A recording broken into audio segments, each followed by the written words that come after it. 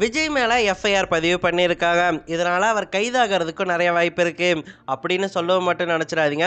ஆனா 75 வருஷம் கழிச்சு இந்த அளவுக்கு ஒருத்தர பார்த்து பயப்படுறத இப்பதான் நான் முதல் முறையா பார்க்குறேன். ரீசெண்டா தாவேகா மதுரை மாநாட்டில் ராம்ப் பார்க்ல விஜய் அவர்கள் போயிட்டு இருந்தாரு. அப்ப நிறைய ரசிகர்கள் ராம்ப் மேல ஏறி வந்து தளபதி விஜய் அவர்களை மீட் பண்ண ட்ரை பண்ணியிருந்தாங்க. அப்படிதான் ஒருத்தர் வந்திருந்தாரு. வெள்ளை கலர்ல கட்டப்போட்ட சட்டை போட்டுட்டு. அவர் வந்த உடனே பவுன்சர் ஒருத்தர் அவரை தள்ளி விட்டுருவாரு. பவுன்சரால தூக்கி வீசப்பட்டதால அவர் அப்படியே கம்பியை பிடிச்சிக்கிட்டு அந்த இடத்துல தொங்கி கிடப்பாரு. அது பார்க்கறதுக்கே கோரமாக தான் இருந்திருக்கும். அதுக்கப்புறம் அது மிகப்பெரிய பேச்சு பொருளாச்சு. அதுக்கப்புறம் எல்லாருமே விட்டுட்டாங்க.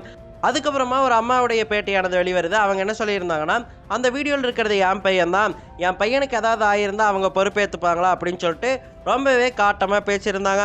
அதனை அடுத்து பவுன்சரால் தூக்கி வீசப்பட்ட உண்மையான பையன், அந்த பையன் பேர் அஜய். அஜய் என்ன சொல்லியிருந்தாருன்னா, அது எங்கள் அம்மாவே கிடையாது, யாரோ ஒருத்தவங்க பொய் செய்தியை பரப்புகிறாங்க, விஜய் அவர்கள் மேலே நெகட்டிவிட்டி பரப்பாதீங்க, அந்த வீடியோவில் இருந்தது நான் தான் அப்படின்னு சொல்லிட்டு சொல்லியிருந்தாரு.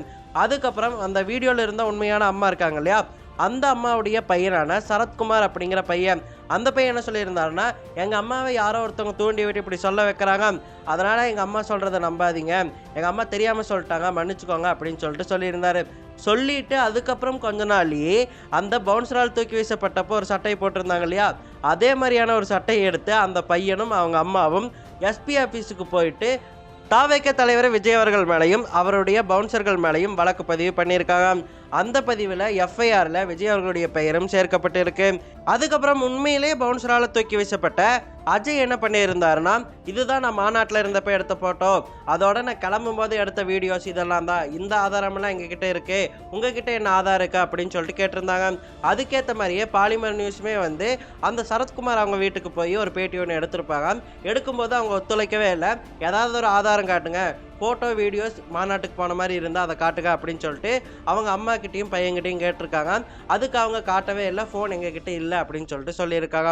இதெல்லாம் பார்க்கும்போது தெளிவாக தெரியுது, விஜய் அவர்கள் மேலே ஒரு பொய்யான வழக்கை போட்டிருக்காங்க அப்படின்னு சொல்லிட்டு. எதுக்காக 75 வருஷம் அப்படி ஒரு கட்சி வந்து இப்படி பண்ணுறாங்க அப்படின்னு சொல்லிட்டு எனக்குமே புரியல. அண்ட் ஒரு ட்விஸ்ட் காய்ஸ், இந்த வீடியோ எடிட் பண்ணிட்டு இருக்கும்போது தான் இந்த வீடியோ இப்போ வெளியே வந்திருக்கு. என்னன்னு கேட்டிங்கன்னா, அஜய் இருக்கார் இல்லையா, அஜய் ராம் மேலே ஏறும்போது அவர் முகம் தெரியவே இல்லை. அதுதான் இப்போ வரைக்கும் கன்ஃபியூஷனாக இருந்துச்சு.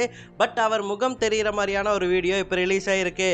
ஸோ அங்கே இருந்தது அஜய் தான், ஏமாத்தின இந்த பையன் அம்மா கிடையாது. இவங்க மேலே என்ன நடவடிக்கை எடுக்கிறாங்க அப்படின்னு சொல்லிட்டு பொறுத்திருந்து பார்ப்போம்.